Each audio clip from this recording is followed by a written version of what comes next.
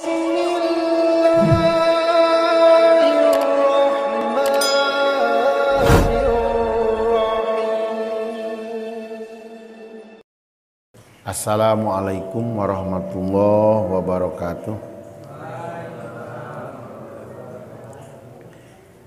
Innal hamdalillah nahmaduhu wa nasta'inuhu wa nastaghfiruh wa na'udzu billahi min shururi anfusina wa sayyiati a'malina may yahdihillahu fala mudhillalah wa may yudlil fala hadiyalah. Wa asyhadu an la ilaha illallah wahdahu la syarikalah wa asyhadu anna Muhammadan abduhu wa rasuluh. Allahumma shalli wa sallim ala Muhammadin wa ala alihi wa sahbihi wa man tabi'ahum bi ihsanin ila yaumiddin. Amma ba'du, ya ayyuhalladzina amanu taqullaha haqqa tuqatih wa la tamutunna illa wa antum muslimun. Ya ayuhan nasu taqu rabbakumul ladzi khalaqakum min nafsin wahidah wa khalaqa minha zawjaha wa bassa minhuma rijalan katsiran wa nisaa wattaqullaha alladzi tasaaluna bihi wal arham innallaha kana 'alaikum raqiba. Ya ayyuhalladzina amanu taqullaha wa qulu qawlan sadida yuslih lakum a'malakum wa yaghfir lakum dzunubakum wa may yuti'illaha wa rasulahu faqad faza fawzan azima. Ma'asyiral muslimin, jamaah pangaosan nu dimuliakeun ku Allah Subhanahu wa taala. Alhamdulillah dina wengi Hamis ieu kalayan kudrah iradah Allah urang tiasa hadir mengikuti acara pangaosan atanapi tolabul ilmi anu mudah-mudahan urang dihasilkeun ngengingkeun ilmu anu manfaat. Salajengna atuh mudah-mudahan urang terhindar ditebihkeun tina jalmi anu jauh tina ilmu. Sabab urang tadi kudu keung tilu balai nu bakal tumiba lamun umat geus jauh tina ilmu. Hiji, dileungitkeun kabarokahan tina sagala usahana. Kadua, dipingpin ku jelema anu barodo. Lamun teh mah mere pangarahan eta pamingpin, mere patwa, maka eusina teh dolu wa adolu, sesat menyesatkan. Nu paling fatal tina eta tilu balai teh nyaeta di mana urang maot bigoiri iman, tanpa mawa iman. Naudzubillah summa naudzubillah. Mudah-mudahan riungan urang ieu janten penolak tina eta balai. Sabab insyaallah ku ayana urang ngariung di masjid saur sepuh teh mah sasieun sabeunyeun tinangtos aya anu nyangsang kana mana urang janten ilmu anu manfaat. Mudah-mudahan Allah nyarengan karayan taufik hidayah mantena. Amin ya rabbal alamin. Hadirin rahimakumullah, mangga urang kana hanca bae dibuka mushafna surat Maryam surat nomor 18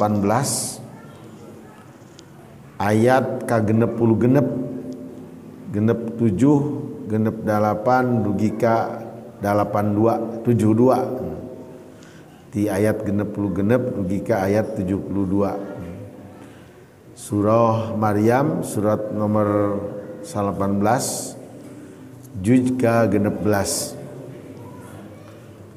Bil barakah, mudah-mudahan Allah maparinkeun kasayan ka urang sadayana dina setiap ayat, dina setiap kalimat jeung huruf anu diaoskeun ku urang sadayana. A'udzu billahi minasy syaithanir rajim.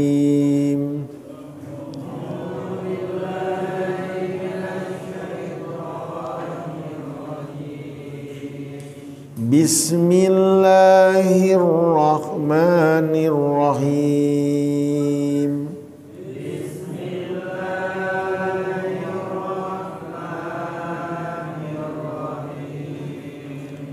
Wa yaqulul insanu a idza ma mittu la sawfa ukhraju hayya.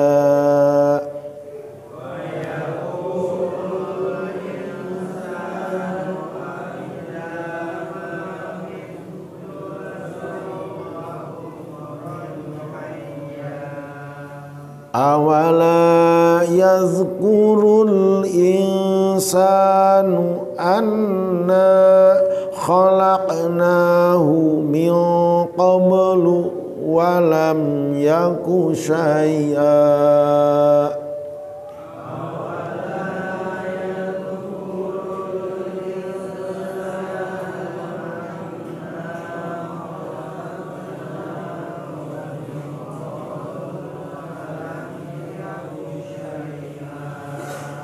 Fa rabbika lanahsurannahum wasyayatina thumma lanuhdirannahum haula jahannama jisiya.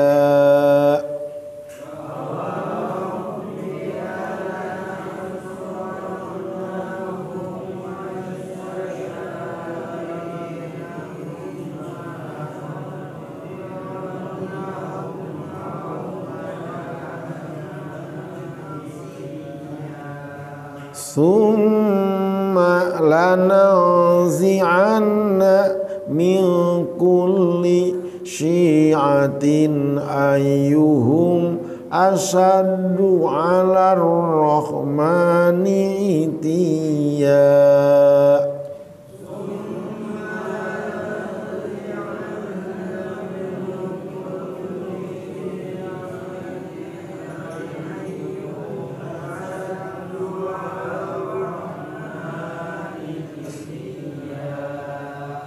Summa lanahnu a'lamu billadzina hum awla biha siliya.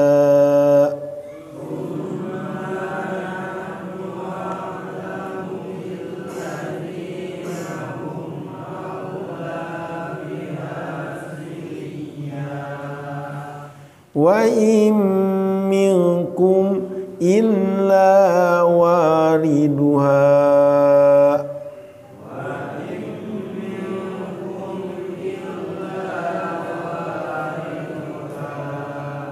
kana ala rabbika hatman maqdiya.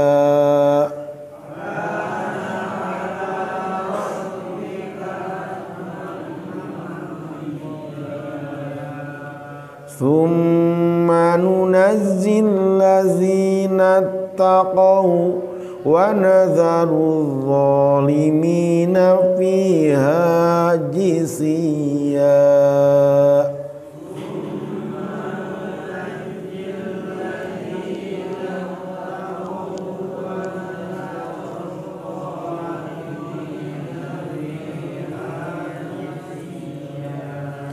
Sadaqallahul azim.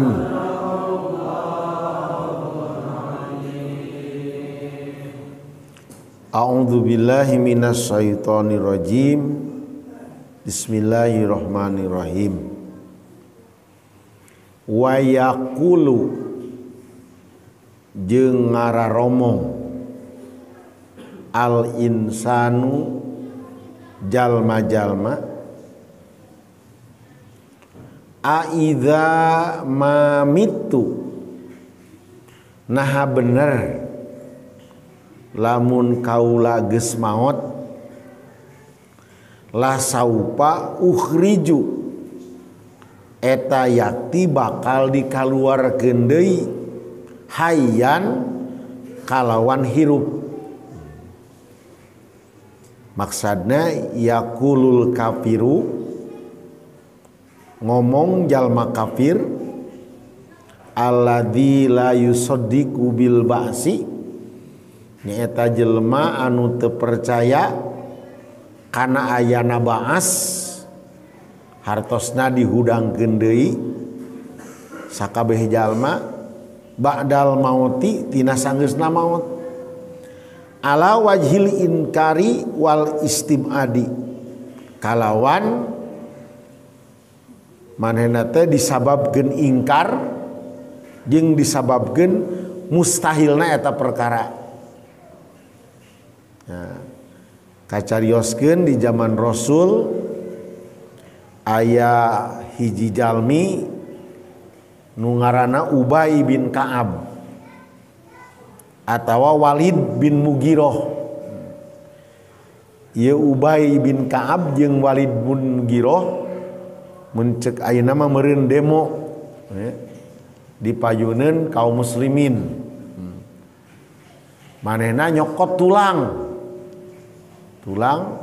anu geus kataeunan nu geus lila tulangna teh dicokot kumaha teh tuluy di naon dibubukkeun eta si tulang teh digelang kumaha teh tika bubukna tika jadi naon jadi tipung banding ku geus burukna eta tulang najan tulang pan lami-lami mameureun jadi hipu nya tuluy diawur-awur tuluy ngomong lain cenah aya nu nyarita maksudna ka Kanjeng Nabi yen jaga cenah lamun urang geus maot bakal hirup deui padahal meureun urang teh nya saruak ieu cenah jiga tulang lamun geus maot teh bakal bubuk kira-kira bisa cenah teh nya tulang belulang anu geus bubuk model kieu dihirupkeun deui. Maka sebagai jawaban tina eta pertarosan orang kafir tadi si Ubay bin Ka'ab jeung Walid bin Mughirah lungsur ieu ayat. Eta disebutna asbabun nuzul.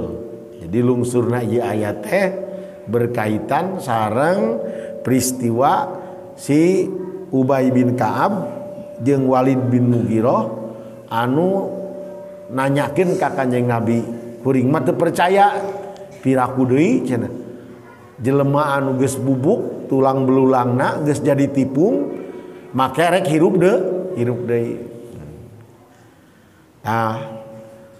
Maka dijawab ku Allah awala yadkuru naha henteu ingeteun al insanu eta jelma anna sanyanyana ari kami khalaqnahu geus nyiptakeun kami ka eta jalma min qablu tina samemeh ieu walam yaku saia tina asal teu aya saeutik-eutik acan. Jadi meureunan secara logika kuduna jelema teh eling kana peristiwa awal urang teh diciptaku Allah teh tina asal eueuh jadi naon jadi aya.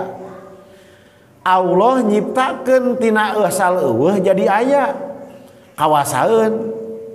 Kira-kira lamun dibandingkeun nyiptakeun tina eueuh jadi aya jeung nyiptakeun tina asalna nu geus aya ku sabab ruksak tuluy dialuskeun deui secara logika babari mana tangtes gampil keneh ngayakeun anu asalna geus aya jadi aya model kieu nah babari urang nyiptakeun sampe tina asalna eueuh sampe jadi aya sampe daripada nyiptakeun comro tina sampe anu aya mana nu paling gampang.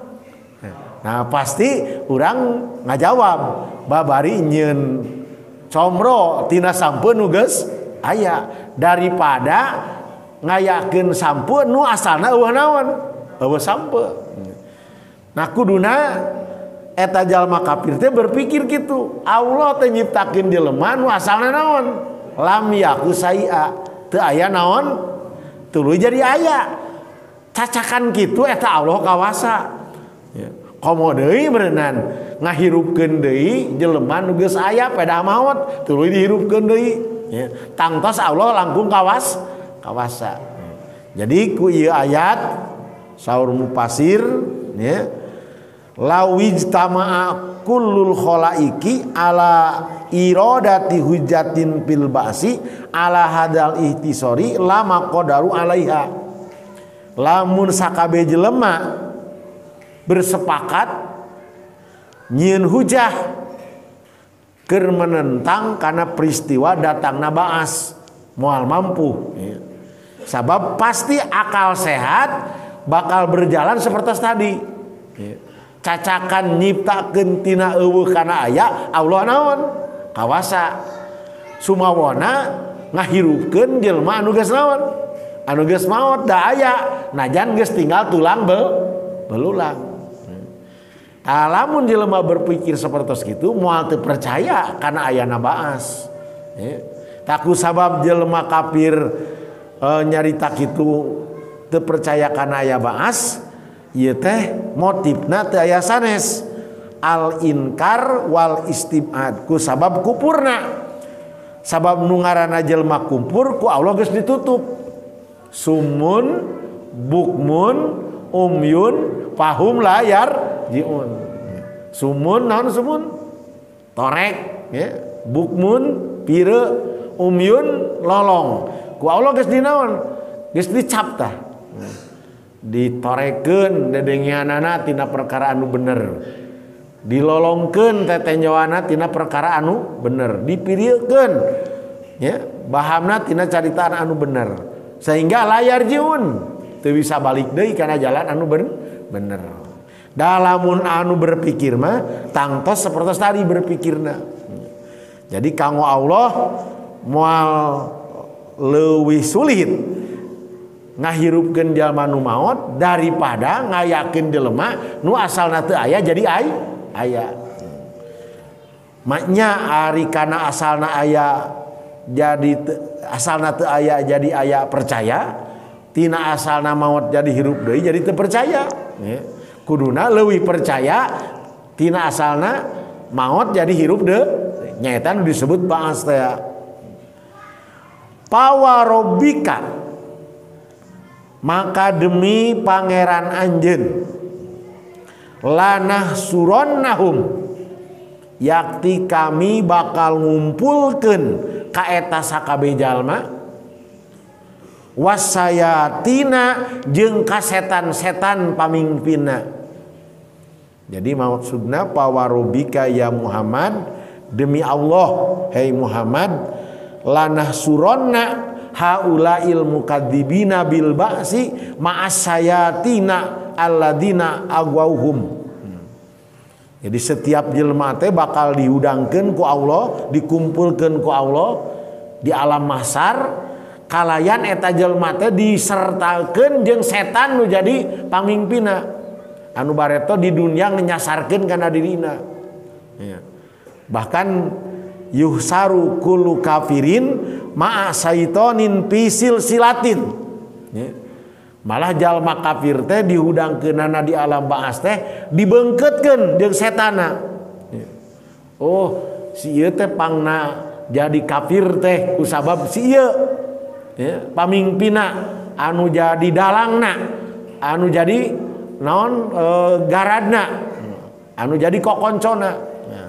Maka eta bakal dihijikeun yuhsaru kulla kafirin ma'a saitonin pisil silatin bakal dikumpulkeun setiap jalma kafir jeung setana kalawan dibeungkeut dina hiji rantai summa lanahdurannahum teras bakal ngahadirkeun kami ka eta sakabeh jalma nah eta jelema anu kafir nah eta jelema anu mukmin ya haula jahannama di sekeliling jahanam ya kita geus dikumpulkeun deh Pak sadayana jalmi bakal dibawa berkeliling di sekitar jahanam di luar jahanam ya. Jisiya kalawan kabeh eueuh nu bisa lempang kecuali ngedeprek ya. Ngedeprek tegasna rajin lempang kunaon kutu ur banding ku ngahod-hodna eta naon ngeri kana ningali neraka padahal can asup kana neraka karek dibawa berkeliling kana neraka ge sadayana ngedeprek teu bisa lempang deui ku suku anu bener ngan ukur bisa kutu ur eta geus uyuhan bisana eta bakal kejadian jaga di yaumul kiamah. Jadi nahduru haula ilmu mujrimina sakabeh jelema nu boga dosa ku Allah bakal dihadirkeun haula jahanam di sakurilingeun neraka jahanam kuudan ala rokabi diuk ya dina siku dina tuurna min siddatil hauli wal pajai ku sabab rewasna ya ku sabab ngerina la yutikunal qiyama ala arjulihim teu bisa nangtung ku sukuna summa lananziana nah kumaha jalma anu mumin termasuk jalma mumin sabab seorang lamun urang geus jadi jalma mumin can aya jaminan asup ka surga ngartos teu sabab jaminan ka surga mah uidat lil muttaqin surga teh dicawiskeun keur ka jalma anu takwa can puguh seorang mukmin takwa ya. Sabab aya mukmin anu bermaksiat namun tatkala eta dihudangkeun ku Allah tuluy dibawa berkeliling kana neraka bahkan mungkin diasupkeun kana neraka ku sabab boga dosana ari jalma kafir mah bakal langgeng di manana dina nerakana jalma mukmin mah bakal diangkat deui di mana geus beak dosana. Jadi najan mukmin ari boga dosa mah bakal jadi ahli neraka, tapi sifatna sementara. Kecuali jalma kafir mah kholidina fiha abada. Langgeng saneng-eneng. Jalma mukmin nu berdosa mah dinaon diasupkeun kalawan sementara. Tosep dosana di salametkeun deui summa lananzi'anna terus kami bakal nyabut min kulli syi'atin tiap tiap golongan lana khudana walananzi'anna min kulli firqatin wa jama'atin kami bakal nyabut kami bakal nyokot di tiap-tiap golongan ayyuhum asadu ala rohmani ayyuhum mana diantara eta jelema asadu anu lawi banget dosana ala rohmani ka pangeran itiya kalawan naon ngadeprek eta jalma itiya kalawan maksiat ka pangeran ae man minhum a'salillahi wa asadu tamrodan saha diantara maranehanana anu lawi banget dorakana ka Allah. Jadi maksudnya Pak, engke teh diasupkeun kana neraka teh dipilihan.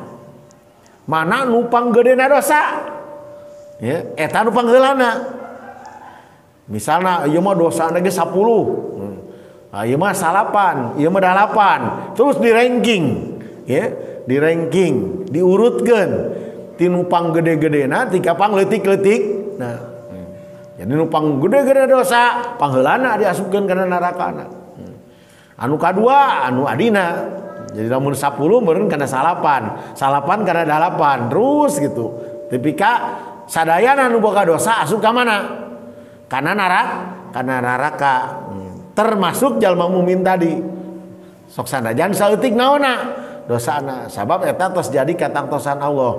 Wa may ya'mal misqala dzarratin min khairan yara wa may ya'mal misqala dzarratin saroy yara. Jelema anu berbuat kesalahan najan ukur segede siki sasawi bakal ngarandapan pembalasan di Allah. Nyata neraka. Ayyuhum asadu ala rahman itiya. Summa lanahnu a'lamu.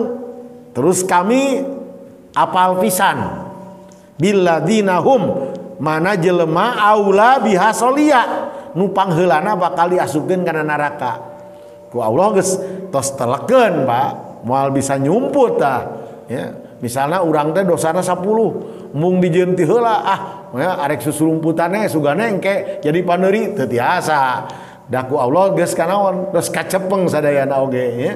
Naon margina margi catatan amal tos aya di tangan Allah Subhanahu wa taala. Jadi Allah tos moal nyalahan deui. Pan ayeuna mah bisa jadi nya anu kuduna asupna misalna ka Nusa Kambangan baru kanan ukur jadi kanyomplong ya. Padahal lamun ditinggali dosana mah pi Nusa Kambanganeun eta teh. Nah, naon salah ngasupkeun. Bisa kan? Salah ngasupkeun anu kuduna ka mana? Ka Nusa Kambangan. Ternyata terjadi kesalahan ngasupkeun, dikanyomplongkeun. Anu leuwih ringan naonna? Buyanan daripada buyan anu aya di mana? Di Nusa Kambangan. Di akhirat mah Allah mal kariru kitu. Mana anu 10 dosana kadinya asupna. Mana anu 8 anu 9 dosana kadi asupna ya. Sesuai jeung derajat dosana masing-masing moal kaliru. Sabab naon? Saur Allah dina ieu ayat lanahnu a'lamu kami leuwih nyaho billadina kajalma-jalma hum anu eta jalma-jalma aula biha solia mana anu pangheulana kudu diasupkeun kana neraka. Nahnu alamu biman hum ahaku biduhulin nari wal istilai bihariha.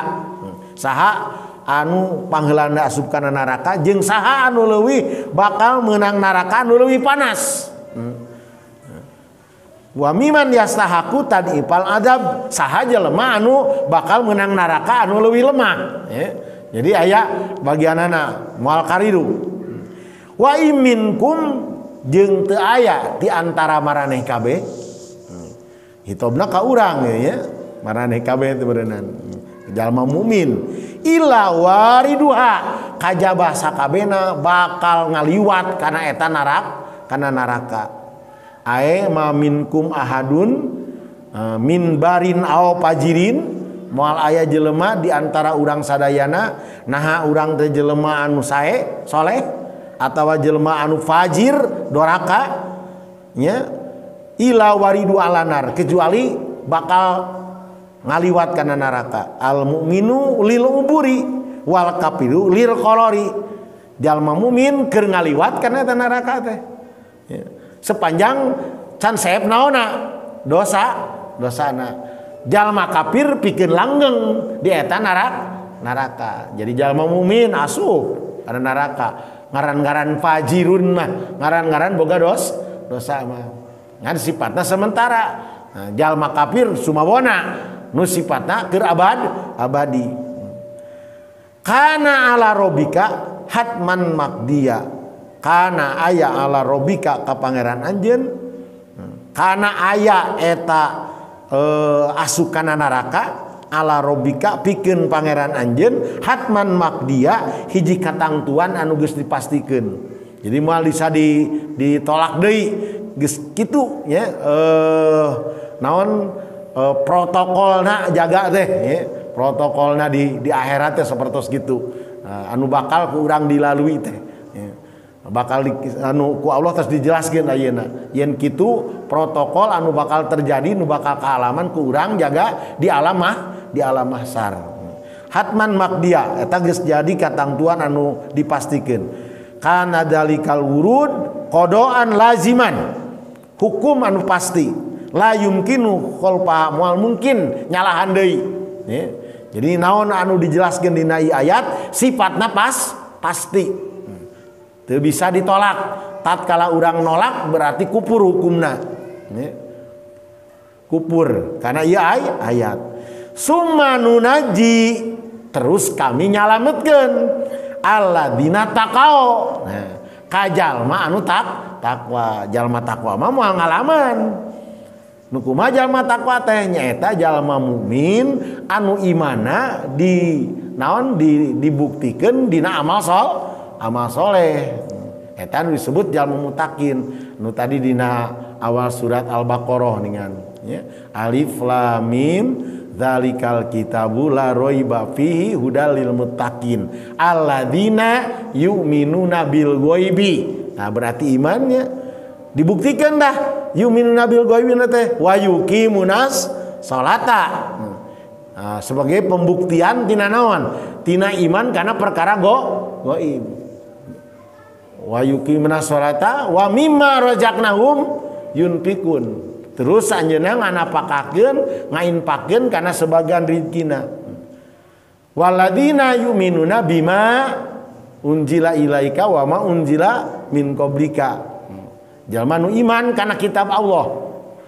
Wa bil akhirati hum yuqinun, yakin kana ayana akhirat. Kumaha tanda keyakinanna? Ulaika ala hudam mirab bihim.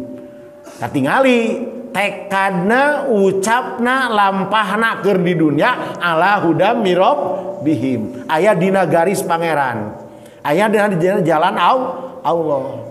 Tekadna sesuai jeung itikad anu diajarkeun ku Allah dina Quran. Ucapna sesuai jeung naon anu diajarkeun ku Allah dina Al-Quran. Lampahna sesuai jeung naon ku Allah diajarkeun dina Quran. Eta disebut ulaika ala hudam mirab bihim. Wa ulaika humul muflihun. Jalma nu kitu pisan anu bakal meunang kabagyaan. Kumaha kabagyaan teh? Dijawab ku ieu ayat nunazil ladina taqau. Tegasna kami nyalametkeun ka eta jalma anu takwa min jahannama tina ancaman neraka jahanam. Jadi nu jalma takwa mah moal ngaliwat-liwat acan. Lamun sakadar iman mah ngaliwat wae mah kudu asup kana neraka teh. Sok sanajan ukur sementara. Jadi iman urang ieu teh matak aya hadis al imanu uryanun walibasuhut taqwa. Ari iman mah sitaranjang, bajuna iman teh takwa. Jadi keimanan ieu teh kada dibuktoskeun dina tekad, dina ucap, dina lampah. Nah, di mana geus dibuktoskeun kumaha pembuktianana nyaeta ala hudam mirobihim. Berarti urang tos termasuk muttaqin. Nah, jalma nu kitu ku Allah disalametkeun. Wa nadaro tuluy kami ngantepkeun. Santosna termasuk jalma mukmin, jalma kafir, jalma munafik, jalma dolim asup kabeh kana neraka. Wa nadaro dolimina kami ninggalkeun ka jalma nu dolim. Piha dina eta neraka. Jisia kalawan anariprak teu naon tarapak deku teu bisa nangtung acan. Ae wanat tukudolimina pi jahannama qu'udan ala rokabi. Tegasna kami ninggalkeun ka jalma-jalma nu dolim teh kafirin, fasikin, munafikin ya. Nah, eta disebutna termasuk dolim anu hirup keur di dunyana kaluar tina ala huda mirab bihim. Nyata naon? Wa malam yahkum bima anjalallah faulaika humul kafirun. Wa malam yahkum bima anjalallah faulaika humul fasikun. Wa malam yahkum bima anjalallah faulaika humul dzalimun. Nah, eta diasupkeun kana neraka jahanam kalawan langgeng dina eta neraka. Anu moal ngaliwat-liwat acan mah sumawana asup nyaeta jalma anu takwa ka Gusti Allah. Hartosna jalma anu mukmin anu kaimananana diwujudkeun dina bentuk amal soleh ya, amal anu ala huda mirab bihim. Mudah-mudahan ku ieu ayat urang tiasa menata diri ti ayeuna mengpeung urang ku Allah masih dipaparin yuswa, dipaparin kesempatan mangga urang gunakeun kanggo semata-mata sakumaha tujuan Allah nyiptakeun urang sadayana. Wa ma khalaqtul jinna wal insa illa liya'budun. Amin ya Allah ya rabbal alamin. Allahumma arhamna bil Qur'an waj'alhu lana imama wa nuh wa huda wa rahmah.